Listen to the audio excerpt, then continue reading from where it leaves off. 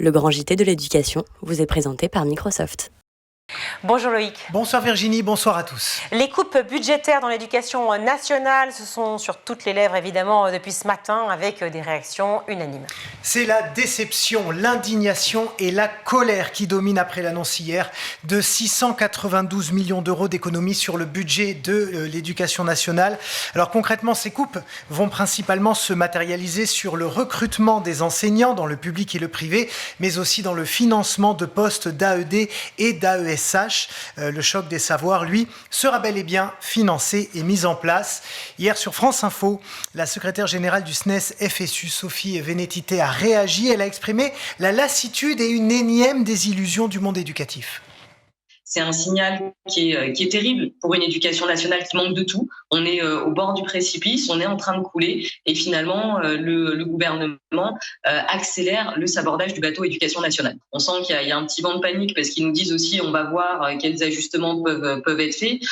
Si les postes ne sont pas touchés, on peut penser par exemple que ça sera des difficultés peut-être pour recruter des contractuels ou des AESH. Très concrètement, ça veut dire que les remplacements seront toujours aussi compliqués, qu'il n'y aura peut-être pas un professeur devant chaque classe à la rentrée, comme on l'a vu ces dernières années. Donc au final, on se trouve quand même face à une décision qui est plus que symbolique. Il y a le symbole, bien évidemment, de retirer 700 millions d'euros à l'éducation nationale, mais il y a aussi la réalité, c'est que l'éducation nationale est finalement sacrifiée sur l'autel de la rigueur budgétaire. C'est quand même un très mauvais signe que le budget de l'éducation nationale ne soit pas sanctuarisé.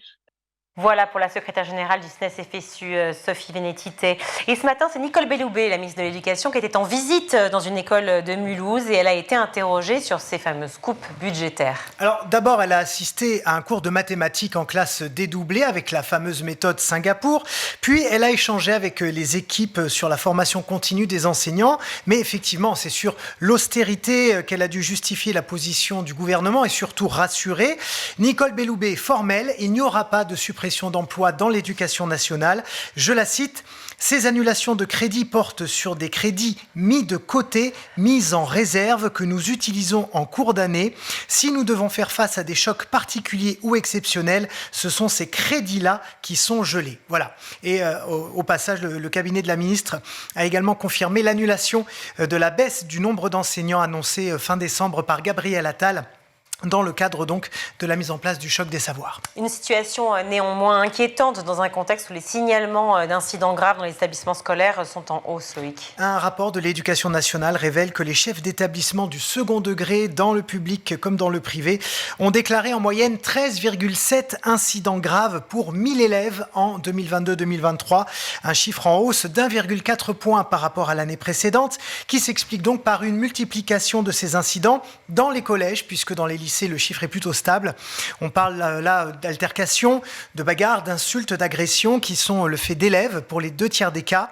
Pour un autre tiers, ce sont les parents qui font preuve d'agressivité, qu'elle soit verbale ou physique, en face à face ou sur Internet.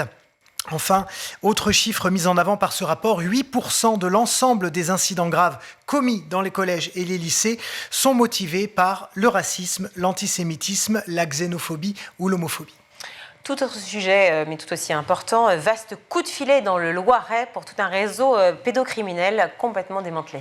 Plus de 120 victimes identifiées, dont 22 enfants et adolescents français, 930 000 fichiers pédopornographiques retrouvés et 6 personnes interpellées et placées en détention. Après 1 an et demi d'enquête, les gendarmes de la section de recherche d'Orléans ont arrêté des hommes de 36 à 61 ans qui ne faisaient pas que repartager des fichiers déjà existants, mais qui en avaient eux-mêmes créé avec des enfants allant de 3 à 15 ans, soit donc de leur entourage, soit des prostituées mineures. Ils risquent jusqu'à 10 ans de prison et 500 000 euros d'amende.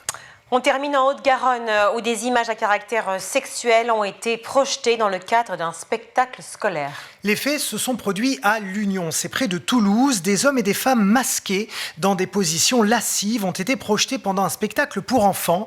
Et c'est une représentation qui est proposée par le conseil départemental en lien avec l'éducation nationale dans le cadre du parcours laïque et citoyen. Ce spectacle s'appelle « Le monde au bout des pieds » et il dénonce les dérives commerciales dans l'univers du football.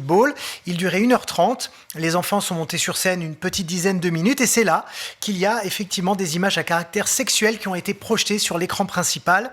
Les parents ont été choqués. L'institutrice a assuré n'avoir pas été informée. Et le conseil départemental a donc décidé de suspendre les prochaines représentations en attendant une évaluation de ce spectacle qui est régulièrement proposé dans les écoles de la région. Merci beaucoup Loïc. 2 ans de guerre en Ukraine demain. Plusieurs millions d'Ukrainiens condamnés à quitter leur foyer depuis le début de la guerre. Parmi eux, des milliers d'enfants doivent retrouver un lien dans leur pays d'accueil. Un lien qui passe souvent par l'école pour retrouver un semblant de quotidien. Alors comment assurer justement cette continuité pédagogique des jeunes Ukrainiens en exil? On en parle avec nos 2 invités.